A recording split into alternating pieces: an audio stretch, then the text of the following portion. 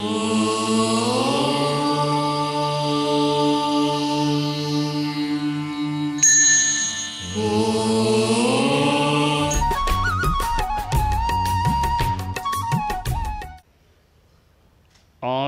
वाङ्मय में कहा गया है, पत्तेयम पुण्य पावम।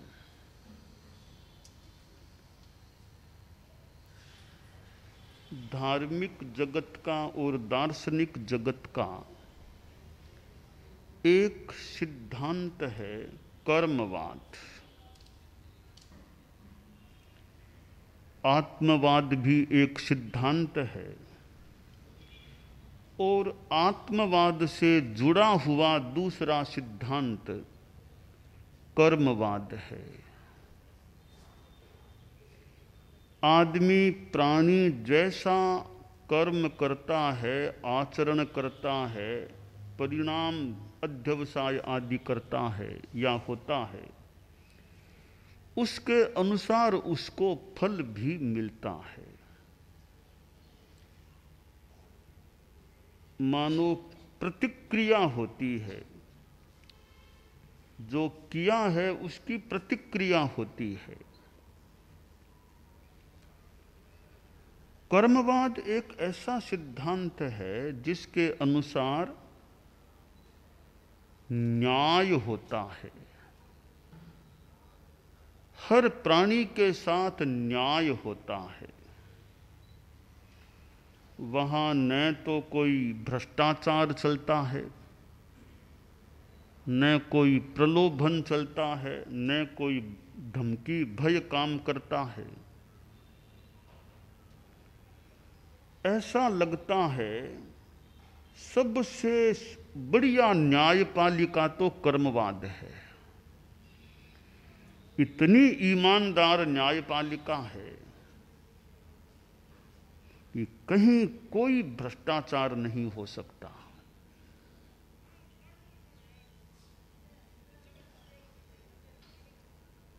आदमी को चाहिए कि वह इस कर्मवाद के सिद्धांत पर मनन करे कि यह सिद्धांत है, जैसा करोगे वैसा पाओगे।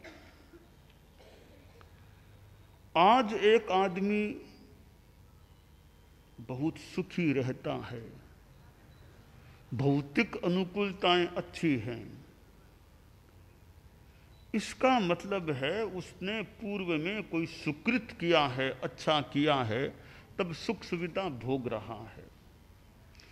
एक आदमी दुखी है, शरीर भी रुग्ण है, कठिनाइयां हैं, गरीबी हैं, इस प्रकार की समस्याओं से ग्रस्त है, तो मानना चाहिए पूर्व में कोई दुष्कृत किया है, पापाचरण किया है, उसका फल यहां भोग रहा है।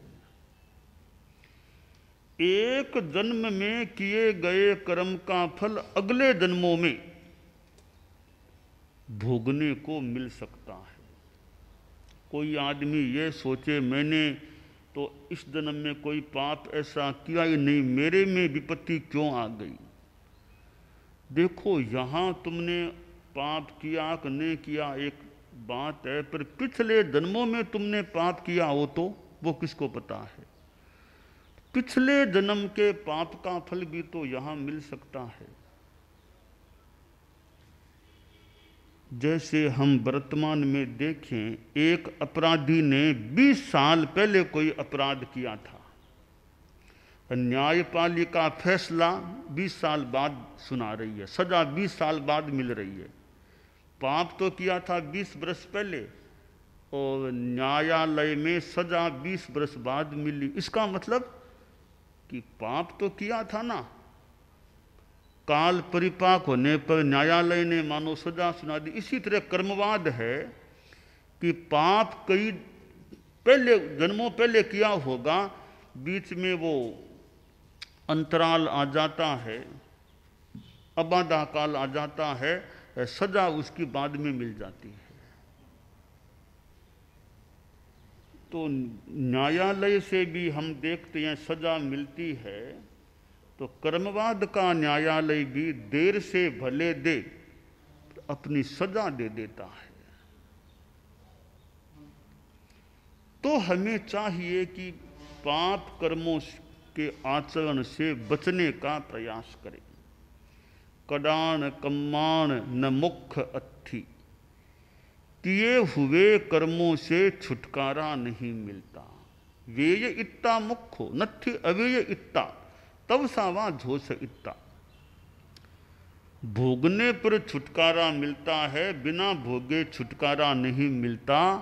या कोई तपस्या से निर्जरा कर दे तो छुटकारा मिल सकता है। बुरे का फल बुरा, भले का फल भला। धर्मे जय पापे क्षय, भले का भला बुरे का बुरा। राजा के पास एक पुरोहित रहता था, यानी आता जाता था। राजा उसे अपना एक गुरु मानता था। कई शास्त्रों की बातें पुरोहित जी राजा को सुना देते और राजा को भी रुचि रहती पुरानी शास्त्रों की बातें सुनने में। राजा बहुत सम्मान देता पुरोहित जी को। एक दूसरा युवा अवस्था का ब्राह्मण था, छोटी उम्र का ही ब्राह्मण था, युवा था। वो भी यदा कदा राजा के पास आता।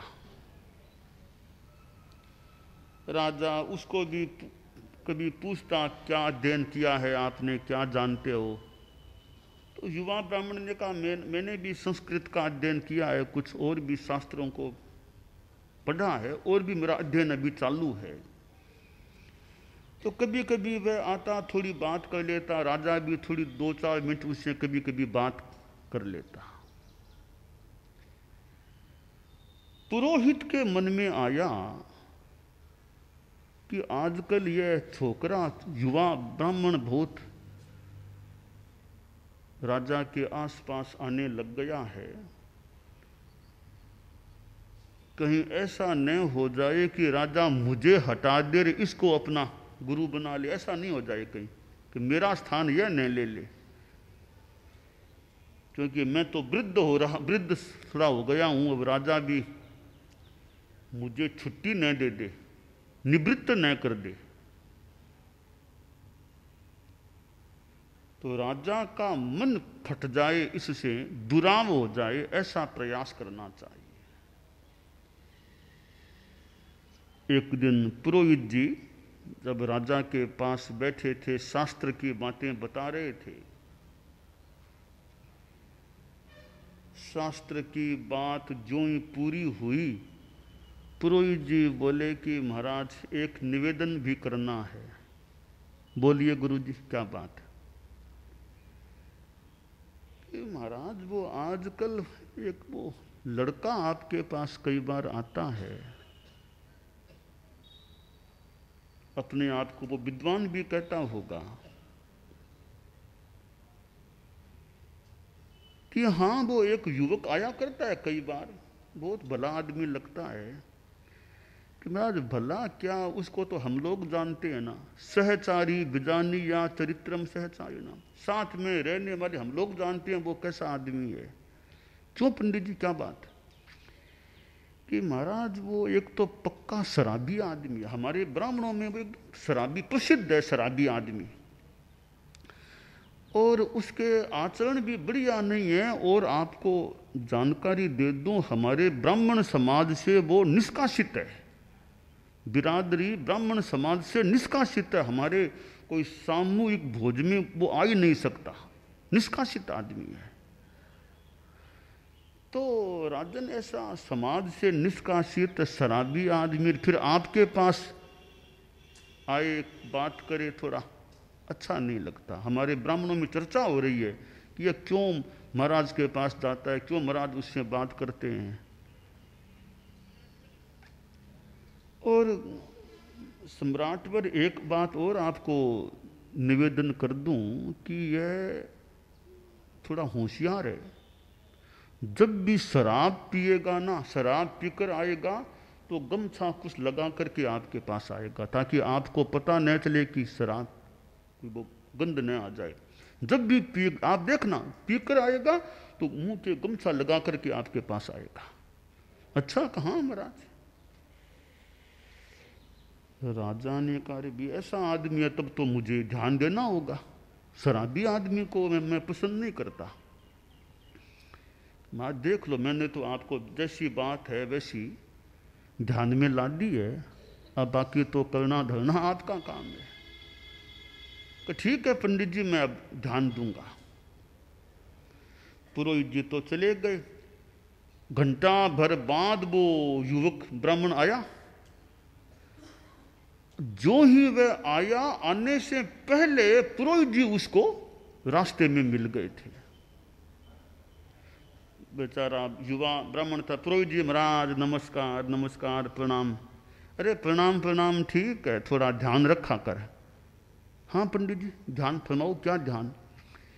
कह रहे राजा के पास तुम जाते हो और बात करते हो, देख एक बात का ध्यान रखा कर। महाराज जो है ना अपने राजा, उनसे बात करे ना तो खुले मुंह नहीं करनी चाहिए।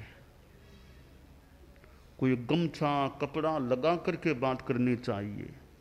अरे कहीं थूक उछल जाए महाराज में तो महाराज कुपित हो गए तो तुमको देश निकाला दे देंगे तो क्या पता। तो बड़े आदमी है, उनसे बात करे। ऐसे खुले मुंह तुम बोलते हो, कहीं आंख में थूक पड़ गया मुंह में पड़ गया तो लेने से देना पड़ जाएगा कहीं तुम्हारा। तो हमेशा ध्यान रखना, जब भी महाराज के पास जाओ बात करो, अपना गमछा कुछ लगा करके बात किया करो। हाँ पंडित जी बहुत अच्छी आपने शिक्षा दे दी, मैं ध्यान रखूंगा। हाँ ज़्यादा मत नहीं बोलना, थोड़ा ही बोला कर, वहाँ वो गमछा कुछ लगा करके बोला कर। हाँ पंडित जी अब ध्यान रखूंगा। पुरोहित जी उधर गए, वो उधर गया राजा के पास, निकट गया और वो गमछा से लगा लिया उसने।